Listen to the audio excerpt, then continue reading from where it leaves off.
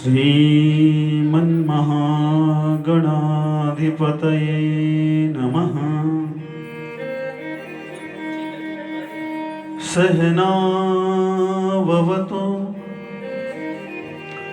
सहनो भुनक्तु सह वीर्यं करवावहै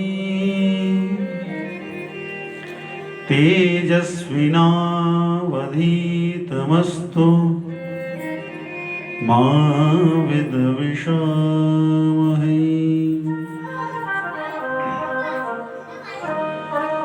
लंबोदरं परमसुन्दरमेकदन्तं पीताम्बरं त्रिनयनं परमं पवित्रम् उद्यद्दिवाकरनिभोज्वलकान्तिकान्तं विघ्नेश्वरं सकलविघ्नहरं नमामि। सीतानाथ समारंभां श्रीरामानन्दार्य मध्यमान् अस्मदाचार्यपर्यन्तां वन्दे गुरुपरम्पराम्।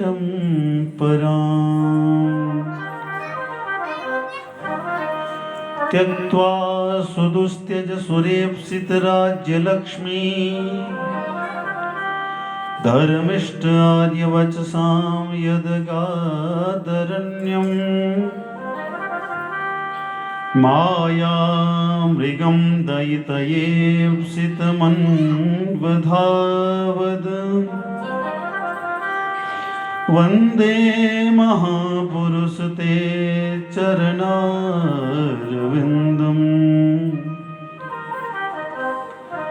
नारायणं नमस्कृत्य नरं चैव नरोत्तमं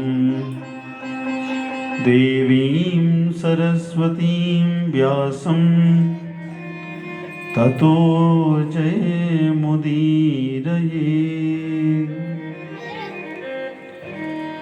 वंशी विभूषितकरा नवनीरदाभा पीताम्बरादरुणबिम्बफलाधरोष्ठात् पूर्णेन्दुसुन्दरमुखा दरविन्दनेत्रात्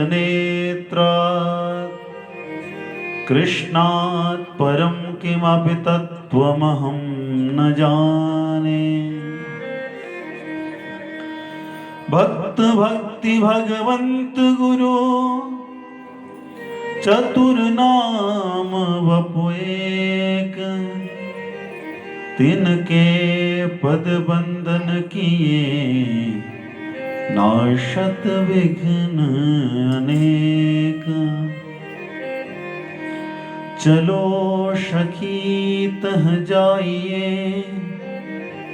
जहाँ वसे ब्रजधाम गोरस बेचत हरि मिले एक पंथ दो काज। देव दनुज नर नाग खग प्रेत पितर गंधर्व बंदव किन्नर रजनिचर कृपा करहु अब सर्व। गोविंद गोपाल है वंशी बजैया मैं हूँ शरण तेरी रास रचैया। गोविंद गोपाल है वंशी बजैया मैं हूँ शरण तेरी रास रचैया। गोविंद गोपाल है बंशी बजैया गोविंद गोपाल है बंशी बजैया गोविंद गोपाल है बंशी बजैया मैं हूँ शरण तेरी रास रचैया मैं हूँ शरण तेरी रास रचैया गोविंद गोपाल है बंसी बजैया गोविंद गोपाल है बंशी बजैया मैं हूँ शरण तेरी रास रचैया मैं हूँ शरण तेरी रास रचैया मैं हूँ शरण तेरी रास रचैया मैं हूँ शरण तेरी रास रचैया मैं हूँ शरण तेरी रास रचैया मैं हूँ शरण तेरी रास रचैया मैं हूँ शरण तेरी रास रचैया मैं हूँ शरण तेरी रास रचैया मैं हूँ शरण तेरी रास रचैया मैं हूँ शरण तेरी रास रचैया गोविंद गोपाल है बंशी बजैया गोविंद गोपाल है बंशी बजैया मैं हूँ शरण तेरी रास रचैया मैं हूँ शरण तेरी रास रचैया मैं हूँ शरण तेरी रास रचैया मैं हूँ शरण तेरी रास रचैया मैं हूँ शरण तेरी रास रचैया मैं हूँ शरण तेरी रास रचैया मैं हूँ शरण तेरी रास रचैया मैं हूँ शरण तेरी रास रचैया गोविंद गोपाल है बंसी बजैया गोविंद गोपाल है बंशी बजैया मैं हूँ शरण तेरी रास रचैया मैं हूँ शरण तेरी रास रचैया मैं हूँ शरण तेरी रास रचैया मैं हूँ शरण तेरी रास रचैया मैं हूँ शरण तेरी रास रचैया मैं हूँ शरण तेरी रास रचैया मैं हूँ शरण तेरी रास रचैया मैं हूँ शरण तेरी रास रचैया गोविंद गोपाल है बंशी बजैया गोविंद गोपाल है बंशी बजैया मैं हूँ शरण तेरी रास रचैया मैं हूँ शरण तेरी रास रचैया मैं हूँ शरण तेरी रास रचैया मैं हूँ शरण तेरी रास रचैया बोले वृंदावन बिहारी लाल की जय राधा रानी सरकार की जय मानिला मैया की जय नव दुर्गा मैया की जय लक्ष्मी नारायण भगवान की जय माता पिता की जय सदगुरुदेव भगवान की जय सत्य सनातन धर्म की जय इष्ट कुल देवताओं की जय सब संतों की जय सब भक्तों की जय पूज्य दत्तगिरी जी महाराज की, सब ब्राह्मणों की, गंगा मैया की, गौ माता की, सब पितरों की, नमः पार्वती पतये, हर हर महादेव।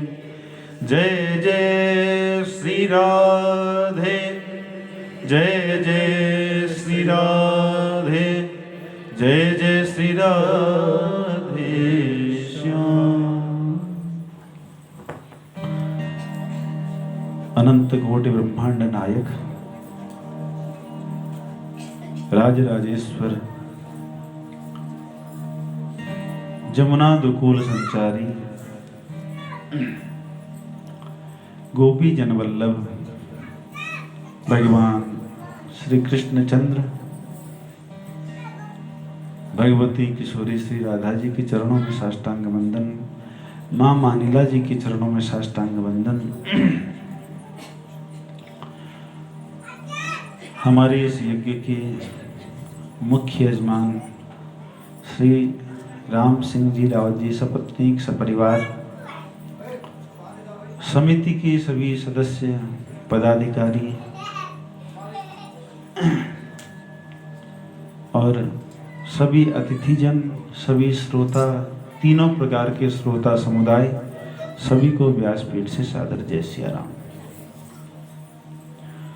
सच्चिदानंद रूपाय विश्वोत्पत्त्यादि हेतवे, तापत्रय विनाशाय श्रीकृष्णाय वयं नमः। विगत कई वर्षों की भांति माँ मानिला की कृपा से, माँ भगवती की परम कृपा से, उन्हीं के इस पावन प्रांगण में हम सब लोग मिल करके दिव्य भागवती गंगा में अपने मन को अवगाहन करने के लिए समवेत रूप से एकत्रित हो गए हैं।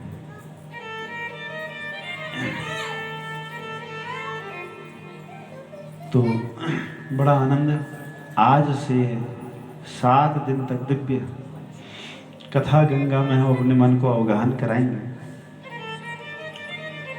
जैसे भागीरथी गंगा जी है ना, ऐसे ही एक कथा गंगा है। भागीरथी जो गंगा है, भगवान के पाद पद्म से निस्सरित है, प्रकट है। और जो ये भागवती गंगा है, ये भगवान के श्रीमुख से प्रकट है। इन दोनों में अवगाहन करने से समस्त पापों का नाश हो जाता है। कलि कलमशौघ नाशिनी, भगवान की कथा कैसी है?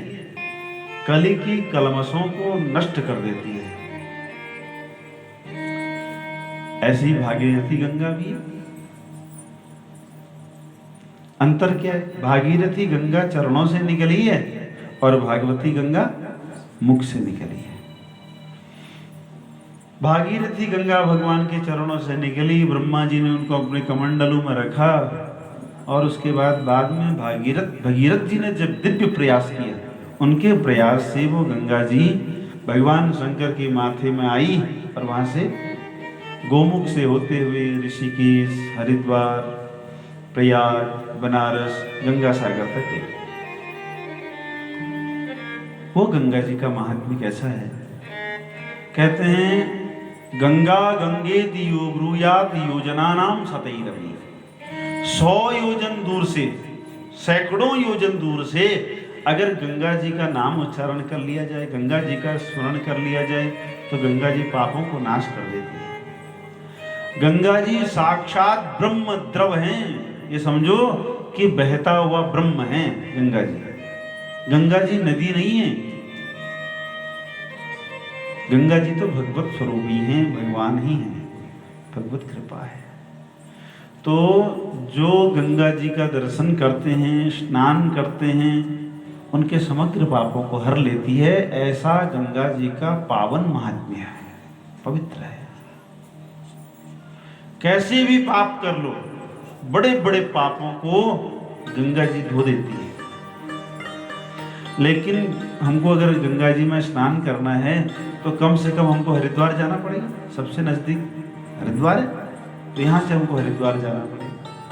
लेकिन ये भागवती गंगा की ऐसी कृपा है, हम जहाँ बैठते हैं ये तो घर घर पहुँच जाती है। भागवती गंगा घर घर पहुँच जाती है, जहाँ हम आवाहन करते हैं वहीं पहुँच जाती है।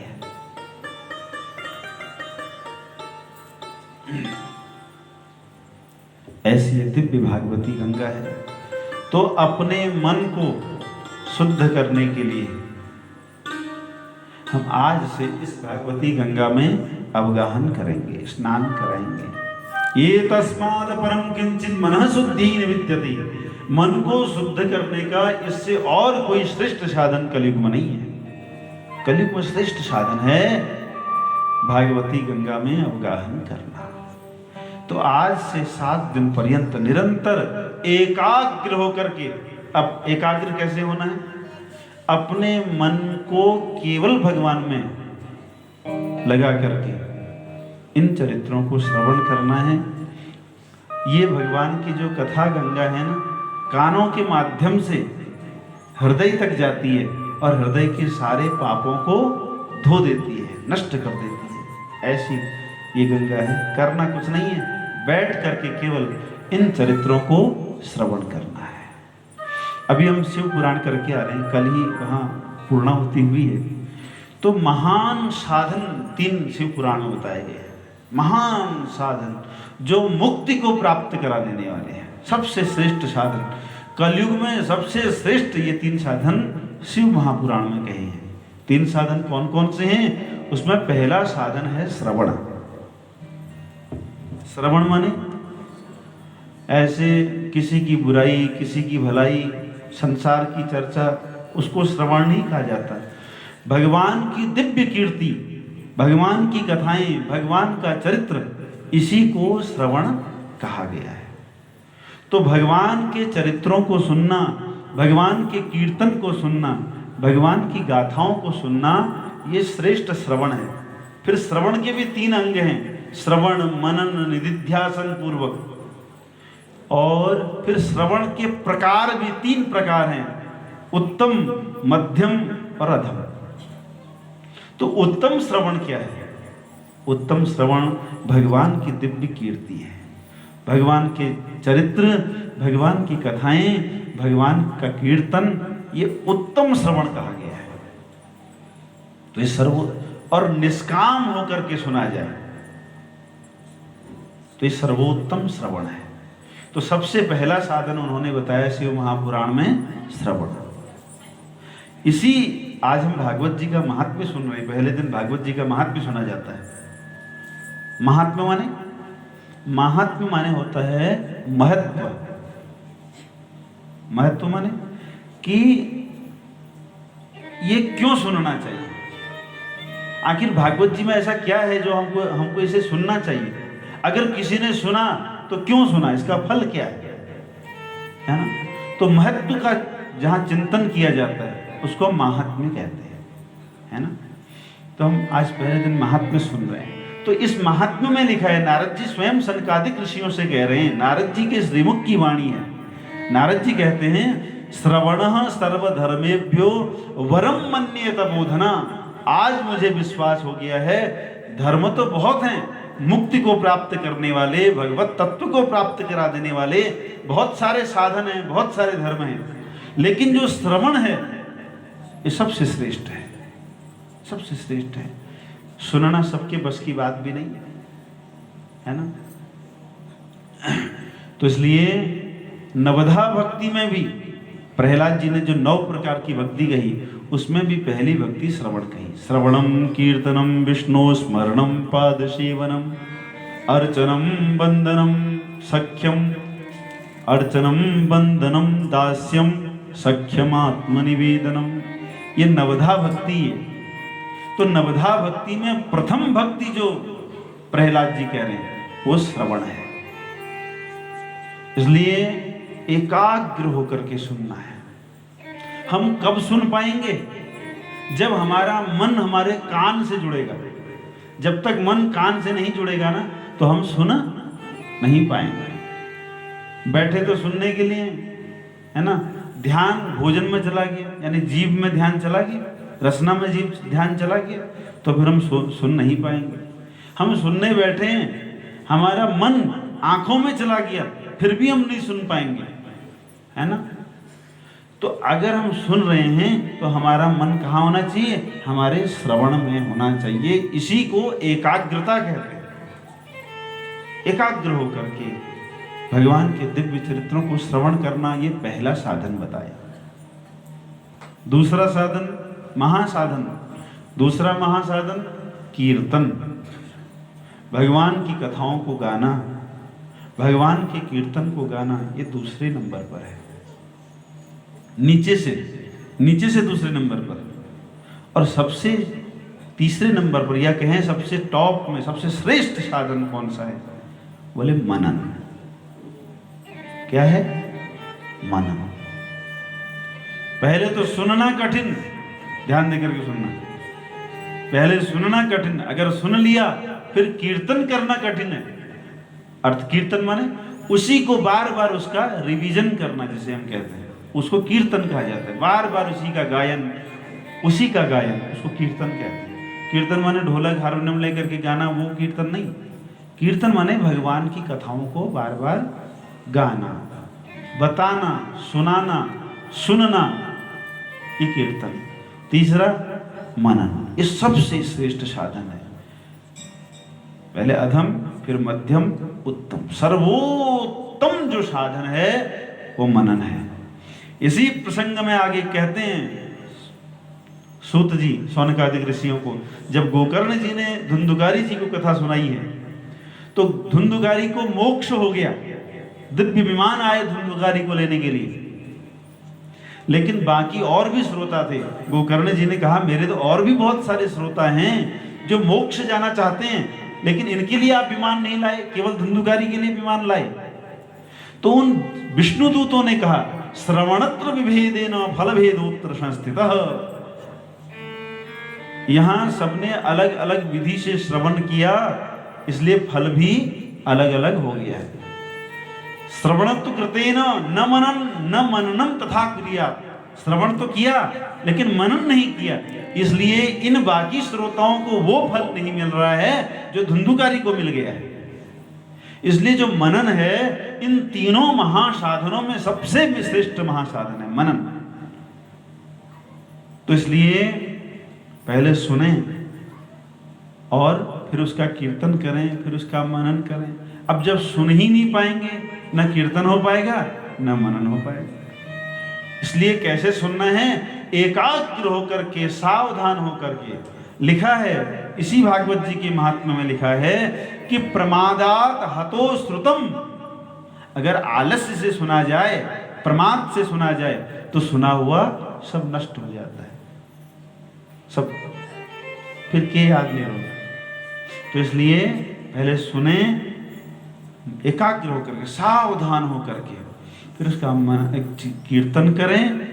कीर्तन कैसे होगा भाई? यहाँ से हम जब कथा से जाएंगे तो फिर फालतू बात नहीं करनी है। जो आज कथा में चर्चा हुई है उसी की चर्चा करनी है। इससे क्या हो जाएगा?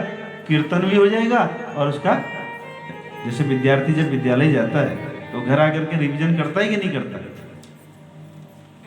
तो उसको घर जाकर के उसका कीर्तन करना है। आज हमने ये सुना, जो नहीं आ पाए हैं उनको भी कथा का लाभ मिल जाएगा और आपका रिवीजन हो जाएगा।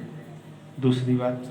तीसरा क्या है? फिर उसका मनन। जब रिवीजन हो जाएगा तो याद हो जाएगा, और याद होगा तो फिर उसका मनन करना है कि कथा जीवन में कैसे बैठेगी। इस प्रकार ये तीन महासाधन अगर सिद्ध हो गए, तुम्हारा ये मुक्ति को प्राप्त करा देते हैं, भगवान को प्राप्त करा देने वाले साधन हैं। तो आइए इस श्रीमद् भागवत के महात्म्य को श्रवण करते हैं। ये जो श्रीमद् भागवत जी का महात्म्य है, ये भागवत जी में नहीं है, ध्यान देकर के सुनना। ये जो महात्म्य है अन्य पुराण यानी पद्म पुराणोक्त महात्म्य है।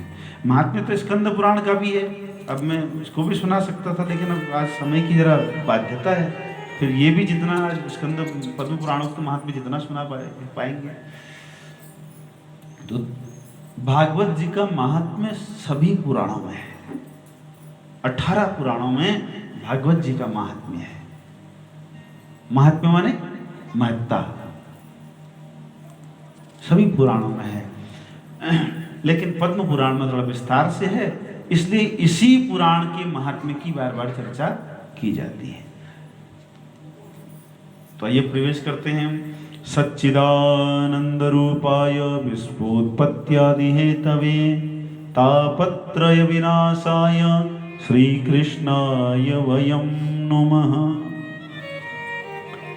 एक ही श्लोक में मानो व्यास जी ने संपूर्ण भगवान को व्यक्त कर दिया।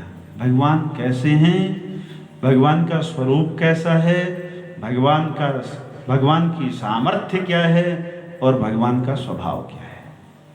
3 चीजें कौन कौन सी? स्वरूप, सामर्थ्य, स्वभाव। इन 3 चीजों से तो पहचान होती है। तो एक ही श्लोक में व्यास जी ने भगवान की भगवत्ता ही बता दी।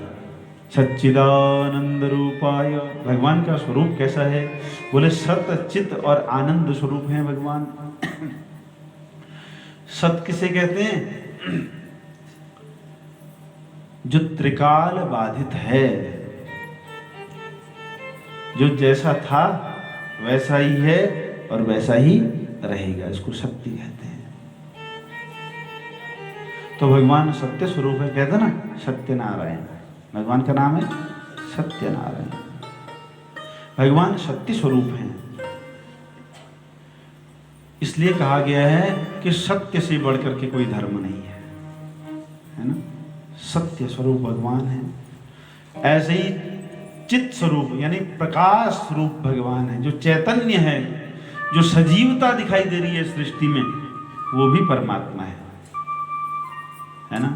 सजीवता हमारी हमको आंखों में देखने में जो सामर्थ्य है, हमको कानों से सुनने में जो सामर्थ्य है, वाणी से बोलने में जो सामर्थ्य है, मन से सोचने में जो सामर्थ्य है, वो सब चैतन्य स्वरूप जो है, जो ज्ञान स्वरूप है, वो परमात्मा है। आंखों को देखने का ज्ञान है कि नहीं? क्या देखना चाहिए, कितना देखना चाहिए, कैसा देखना चाहिए, ऐसे उसको कहते हैं चित्त स्वरूप। और जो भगवान का तीसरा सर्वश्रेष्ठ स्वरूप है, वास्तविक स्वरूप जो है, वो आनंद स्वरूप है। भगवान क्या है? आनंद स्वरूप है। एक संत कहते हैं कि भगवान आनंद ही हैं। भगवान आनंद ही हैं। भगवान का नाम नहीं है आनंद। किसी का नाम तो आनंद होता है लेकिन रहता दुखी है, किसी का है तो नहीं। हाँ, किसी के नाम हो तो बुरा मत मानना। नाम आनंद है लेकिन दुखी रहता है। लेकिन भगवान के विषय में ये बात नहीं है। भगवान का नाम आनंद तो है ही, लेकिन भगवान वास्तव में आनंदो ब्रह्म बेजानात, वेद कह रहा है। आनंद को ही ब्रह्म जानना चाहिए। आनंद ही ब्रह्म है और ब्रह्म ही आनंद है। आनंद में और ब्रह्म में कोई भेद। आनंद माने सुख, आनंद माने सुख। लेकिन कैसा सुख? जो निरंतर बढ़ता रहे। सुखम नाल पे, वेद कह रहे हैं। वो सुख कैसा है? वो घटता नहीं है, वो बढ़ता है। अगर सुख बढ़ रहा है, निरंतर बढ़ रहा है और वो घट नहीं रहा है, नष्ट नहीं हो रहा है, तो इसका मतलब वो सुख कैसा है? वो वास्तविक सुख है, श्रेष्ठ सुख है। अगर सुख घट जा रहा है, नष्ट हो जा रहा है, इसका मतलब वो श्रेष्ठ सुख नहीं है। जो नश्वर है, जो नष्ट हो जाने वाला है, उसको कहते हैं माया। किसे कहते हैं? उसे क्या कहते हैं? माया है। दिखता तो है लेकिन होता नहीं, कभी होता है लेकिन दिखता नहीं, ये माया है। माया को नश्वर कहा गया है। तो जो नष्ट हो जाए वो कैसा सुख? है ना। सुख कैसा होना चाहिए? निरंतर बढ़ने वाला। संसार के विषयों से भी सुख मिलता है ना।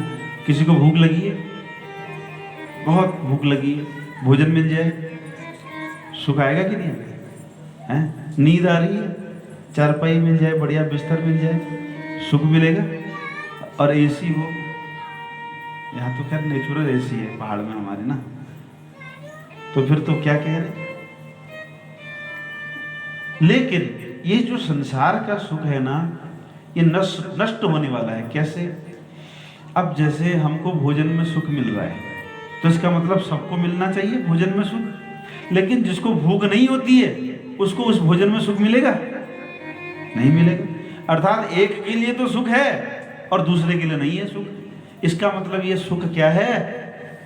अनित्य है, नष्ट होने वाला है। ये वास्तविक सुख नहीं है, ये वास्तविक आनंद नहीं है। अब एक को मीठा बड़ा पसंद है और दूसरे को बिल्कुल पसंद नहीं, ये वास्तविक आनंद नहीं है। और जिस भोजन को अभी हम आनंद कह रहे हैं, सुख कह रहे हैं, पेट भरने के बाद खाओ, फिर वो सुख देगा कि दुख देगा? अगर पेट भर गया, अभी तक तो जिस भोजन से हमको भूख शांत हो रही थी, सुख मिल रहा था, अब पेट भरने के बाद फिर एक दो रोटी खा लो, चलो एक दो रोटी तो कोई बचा भी लेगा, फिर एक दो रोटी खा लो, फिर वही भोजन क्या बन जाएगा? दुख का कारण बन जाएगा, दुख बन जाएगा। इसलिए ये जो संसार का जो सुख है, ये नश्वर है, नष्ट होने वाला है। इसलिए इसे क्षणिक सुख कहा, नश्वर सुख कहा। ये वास्तविक सुख इसको नहीं कहा, क्योंकि नष्ट होने वाला है। अब किसी की संतान नहीं हो रही, वो दुखी है कि संतान नहीं हो रही। अब संतान हो गई, अब धुंधुकारी हो गया, दुष्ट हो गया, तो सुख मिला, ये तो और भी दुख हो गया। तो संतान में सुख नहीं है, भोजन में सुख नहीं है, नींद में सुख नहीं है। अब हम किसी को तो नींद आ जा रही है, अब किसी को दवा खानी पड़ रही है। वास्तविक सुख क्या है? वास्तविक सुख है भगवान, है ना। आनंद, जो आनंद सिंधु सुख राशि, जो आनंद सिंधु सुख राशि, सी करते त्रैलोक्य सुपासी, सी करते त्रैलोक सुपासी, जो आनंद सिंधु सुख राशि, जो आनंद सिंधु सुख राशि, सी करते त्रैलोक सुपासी, सी करते त्रैलोक सुपासी। जो आनंद सिंधु, भगवान आनंद ही नहीं, आनंद सिंधु हैं, भंडार है। भगवान के पास तो आनंद का भंडार है। अब हमारे पास पात्रता कैसी है, हम कितना उस भंडार से ले सकते हैं, ये हमारी योग्यता उस पर निर्भर करती है। जैसे हम जॉब करने के लिए जाते हैं तो पूछते हैं भाई आपकी पात्रता क्या है, क्या योग्यता, एबिलिटी क्या है आपके, उसके अनुसार आपको पैसे मिलेंगे। ऐसे ही आपके अंदर पात्रता क्या है, उस पात्रता के अनुसार आनंद मिलेगा। अब कथा सुनने के लिए सब लोग बैठे हैं, एक को तो बड़ा आनंद आ रहा है लेकिन दूसरे को नहीं आ रहा है। क्यों? पात्रता, किसकी कैसी पात्रता है। भाई के पास अगर गिलास होलो जो तो उसको पानी है, के पास लोटी होलो तो के पास बाल्टी है, के पास टब है ना। जिसका पात्र जैसा है उसको वैसा सुख और आनंद मिलेगा। तो भगवान साक्षात आनंद स्वरूप हैं। वसुदेव जी के सामने साक्षात भगवान प्रकट हो गए, चतुर्भुजी स्वरूप में भगवान प्रकट हुए। जब जन्म हुआ भगवान का तो वसुदेव जी कह रहे हैं, प्रभु जी मैंने आपका वास्तविक स्वरूप जान लिया। अब भगवान सामने खड़े हैं और कह रहे हैं वास्तविक स्वरूप। और वास्तविक स्वरूप क्या होता है? तो बोले आपका वास्तविक स्वरूप है केवल अनुभवानंद स्वरूप परमात्मा। हे प्रभु, आपका जो वास्तविक स्वरूप है वो आनंद है, वो सुख है। और वो सुख कैसा है? सुखम नालपे, वो सुख कम नहीं। एक बार जब भक्ति का रस चढ़ जाता है ना, ये संसार के जितने नशे हैं ना, ये उतर जाते हैं। ये संसार के नशे से जो सुख मिलता है ये नष्ट होने वाला है, परिणाम में दुख देने वाला है। लेकिन भगवान की भक्ति से जो रस प्राप्त होने वाला है, जो सुख प्राप्त होने वाला है, ये कैसा है? निरंतर बढ़ते रहने वाला है। इसको कौन समझता है? जिसने इसको जान लिया है, समझ लिया है। अब हम कहेंगे भाई हमको भी ये सुख दो, लेकिन दे सकते हैं? नहीं। जिसने अनुभव किया है, जिसने जाना है, वही समझ सकता है। सबके बात समझने की, जिसने इस सुख को एक बार जान लिया वही जान सकता है ना। इसलिए ये सुख कैसा है? बोले अनुभव में आने वाला सुख है। अनुभवानंद, वसुदेव जी कह रहे भगवान जो आनंद स्वरूप है भगवान का, वो कैसा है? बोले केवल अनुभव में आने वाला है। अनुभव कब आएगा? जब हम स्वयं जानेंगे। ऐसा परमात्मा का दिव्य स्वरूप है, आनंदमय स्वरूप है। ये भगवान के स्वरूप की चर्चा हुई। ये भगवान के जो हम दिव्य दिव्य स्वरूप देखते हैं ना, राम जी के रूप में, कृष्ण के रूप में, अन्य अन्य रूप में, नृसिंह भगवान के रूप में, अन्य अन्य रूप में जो भगवान का स्वरूप देखते हैं, ये वास्तविक स्वरूप नहीं है। ये स्वरूप तो केवल जब जैसी आवश्यकता हुई भगवान ने वैसा स्वरूप धारण कर लिया, है ना।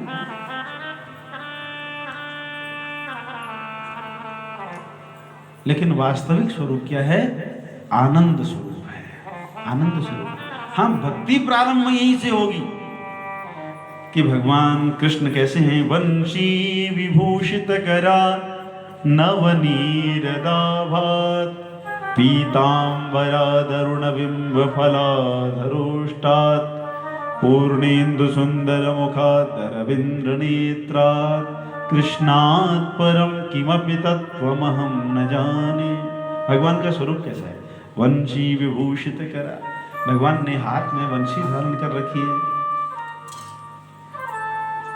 और भगवान का स्वरूप कैसा है? बोले मेघ श्याम की तरह है, कृष्ण वर्ण है।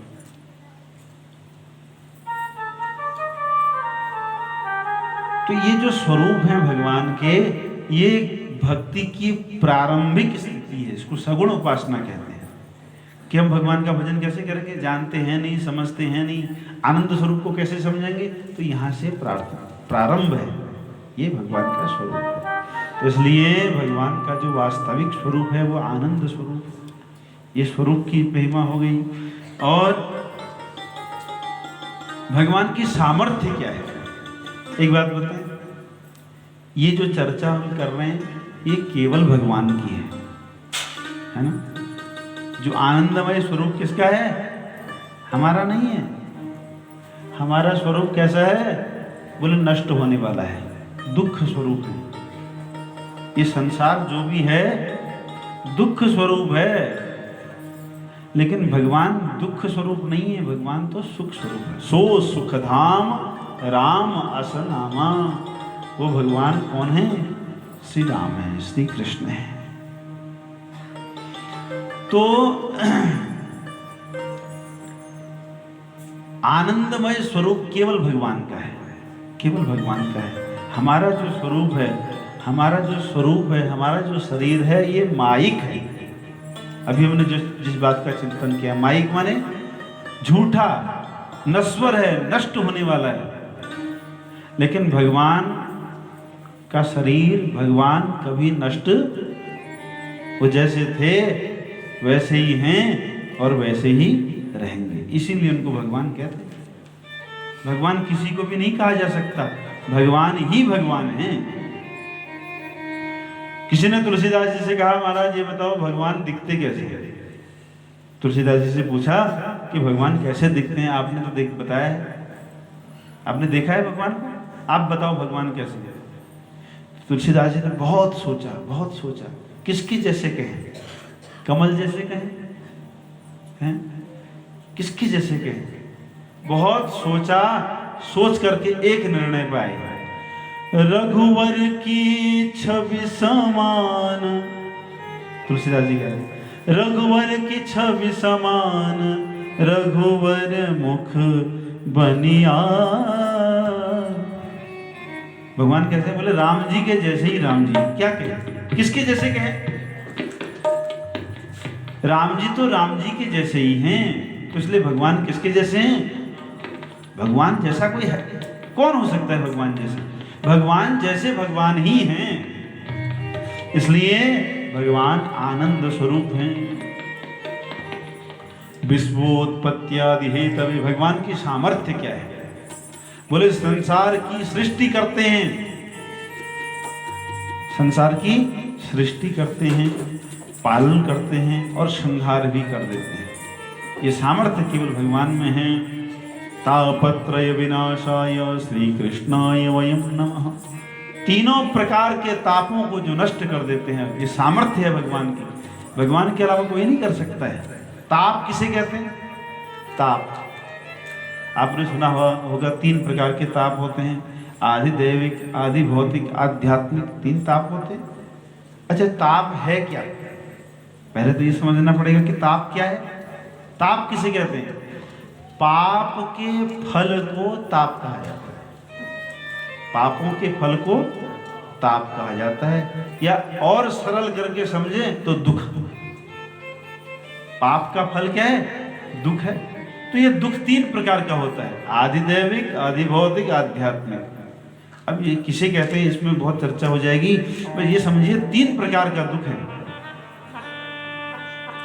इन दुखों को नाश कोई नहीं कर सकता, ये भोगने ही पड़ते हैं। अवश्यमेव भोक्तव्यम कृतम कर्मम शुभाशुभम। जो हमने कर्म कर दिया है वो हमको भोगना ही पड़ता है, निश्चित भोगना पड़ता है। तो कर्म का नाश नहीं होता है, न कर्म के फल का नाश होता है। ब्रह्मा जी में भी सामर्थ्य नहीं है जो कर्म के फल को नष्ट कर दे। ब्रह्मा जी कोई साधारण नहीं है।